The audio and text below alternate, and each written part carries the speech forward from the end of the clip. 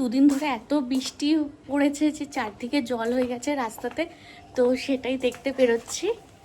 দেখো রাস্তাতে জল উঠে গেছে চারিদিকে, দেখেছো অনেক জল, এদিক থেকে তো আরো বেশি। দেখো চারিদিকে শুধু জল আর জল, দেখ কেমন জল পড়ছে। হ্যাঁ জল পাড়াতে, জলটা পাড়ায় না, চলে এসো চলে এসো। আমাদের এরকম জল পাড়িয়ে স্কুলে যেতাম, খুব ভালো লাগতো রাস্তায় জল পাড়িয়ে। এখন দেখো মিঠি শুধু জল পাড়াতে চাস, কি খুব খুশি। হ্যাঁ এই জল উঠেছে সেই দেখে মিঠি দেখো খুব খুশি হয়েছে। হচ্ছে ঘরে থাকে, দেখো আমার শ্বশুর বাড়ির রং হয়েছে নতুন, দেখতে পাচ্ছ দিকটা হচ্ছে সাদা রং করেছে আর তার মধ্যে লাল। এগুলো হচ্ছে আগে এরকমই রং ছিল, তো সেম টু সেম করেছে।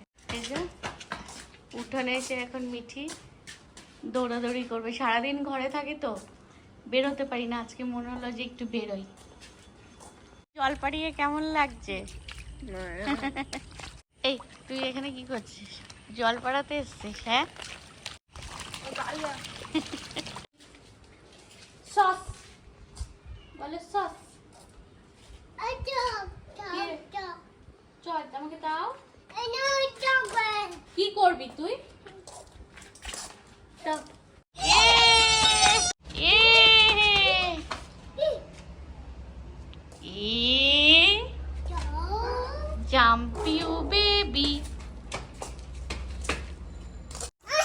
হ্যালো ফ্রেন্ড, আজকে হচ্ছে আমাদের বাইরে বেরিয়েছি, কারণ ঘরের মধ্যে আর ভালো লাগছে না, সারাদিন শুধু বৃষ্টি আর বৃষ্টি।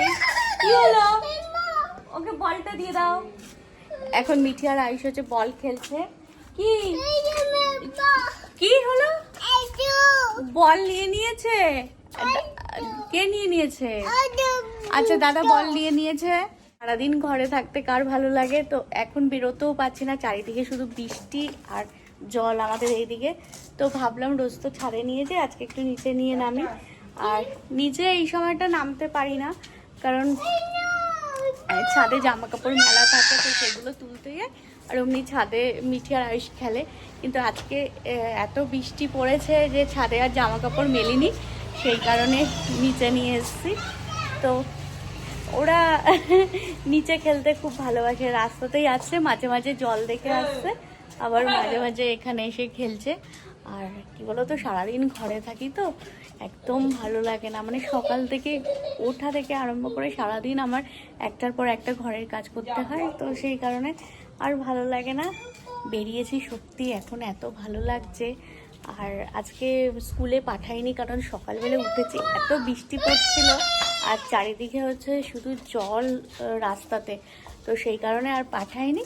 তো ভাবলাম যে বাড়িতে পড়িয়ে নেবো একটু, কিন্তু পড়ালেখা হয় না, মিঠি দাদাকে একটু পড়ালেখা করতে দেয় না, ও নিজেই পড়বে।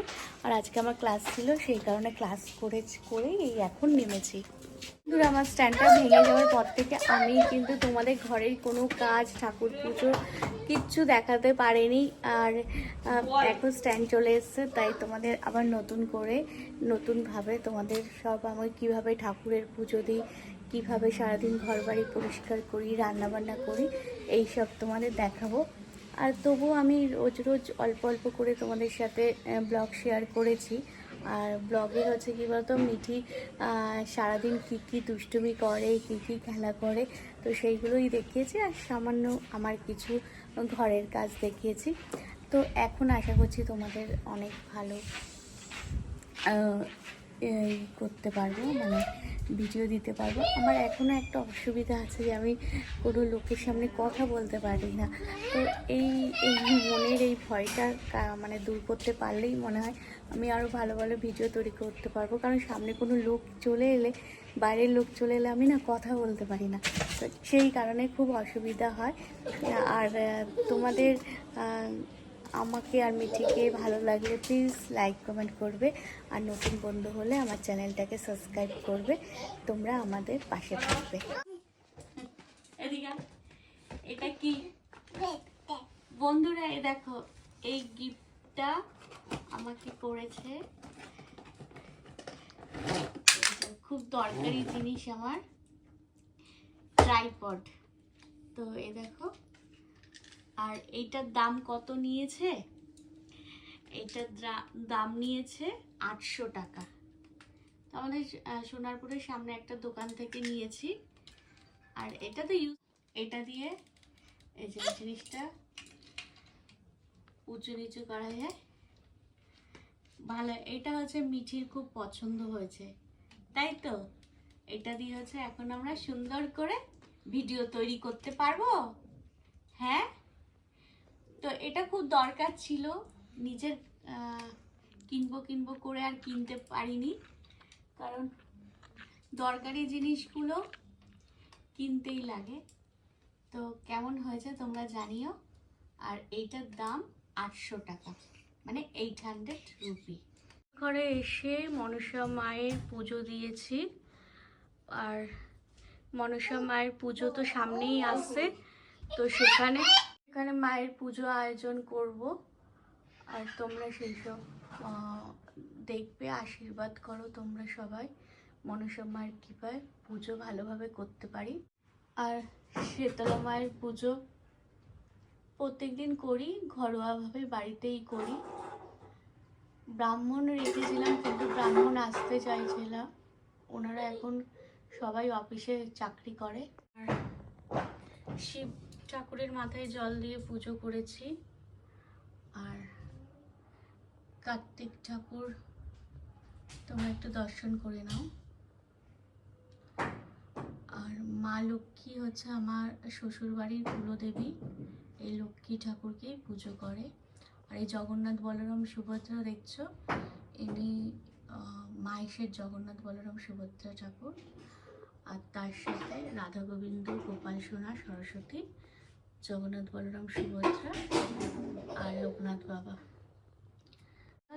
তোমরা আমার ঠাকুর ঘরকে অনেক ভালোবাসা দিয়েছো তোমাদের সুন্দর সুন্দর কমেন্টে। তো তোমাদের পুজো খুব তাড়াতাড়ি দেখাবো কিভাবে আমি রোজ পুজো দিই। নিচ থেকে ছাদে চলে এসেছি, কারণ ঠাকুর পুজো দেব। আর তার সাথে এখন একটু দিন আছে, তো সেই কারণে মিঠি আর আয়ুষ খেলা করছে ছাদে, একটু বল খেলা করছে। তুই বল খেলছো? ওইটা কি? মিঠি ঘুড়ি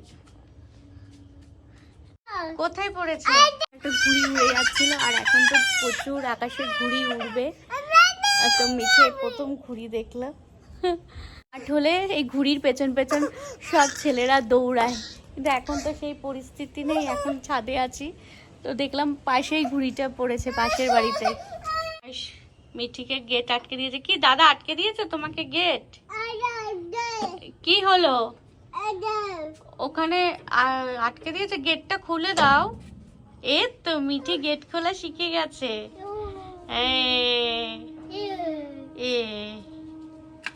বন্ধুরা, তোমরা আমাদের সুন্দর সুন্দর কমেন্ট করো, আর সেই কমেন্টগুলো আমরা পড়ি, খুব ভালো লাগে। আর তোমাদের কমেন্টের রিপ্লাই আমরা দেব, খুব তাড়াতাড়ি দেব। আর কারণ তোমরা বুঝতেই পারছো, সারাদিন ধরে না আমি মানে ফোনটা পাই না, ফোনটা আমি খুব কষ্ট করে পাই, কারণ মিঠি ফোন দেখতে খুব ভালোবাসে, সেই কারণে ফোনটাকে আমাকে লুকিয়ে রাখতে হয়। আর যেটুকুনি পাই ওইটুখানি একটু ভিডিও শ্যুট করি, নিজের এডিটিং করি, তো সেই কারণে আর করা হয় না। এবার চেষ্টা করছি সকাল সকাল উঠবো, সকালবেলা উঠলে কিন্তু তোমাদের কমেন্টে রিপ্লাই দেব। আর তোমরা প্লিজ কিছু মনে করো না, এইভাবেই আমাদের পাশে থাকবে, আমাদের সাথে থাকবে।